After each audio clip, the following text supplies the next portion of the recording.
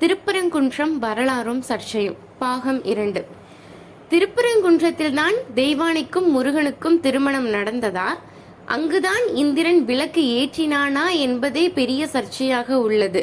உண்மையில் பழங்காலத்தில் நடந்தது என்னவென்று இந்த வீடியோவில் தெளிவாக காண்போம்.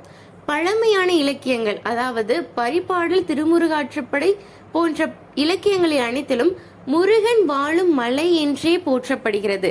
அங்கு தெய்வானை முருகன் திருமணம் நடந்தது என்று ஒரு வரியில் கூட சொல்லப்படவில்லை.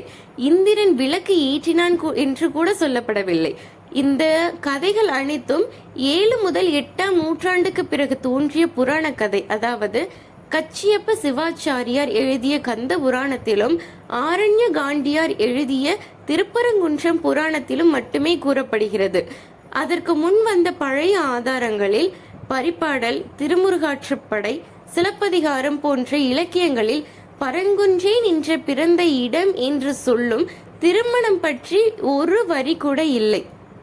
முடிவில் பழங்காலத்தில், அதாவது சங்ககாலம், பக்தி இலக்கிய காலம் வரை தெய்வானை முருகன் திருமணம் திருப்பரங்குன்றத்தில் நடந்தது என்றோ அங்கு இந்திரன் விளக்கு ஏற்றினான் என்றோ சொல்லப்படவில்லை.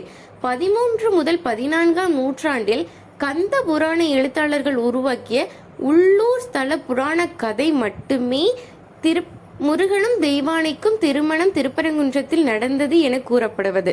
எளிய தமிழில் சொல்ல வேண்டும் என்றானால் இந்த கதை 700 முதல் 800 வருடமாக மட்டுமே மக்களால் பின்பற்றப்பட்டு வரும் கதை.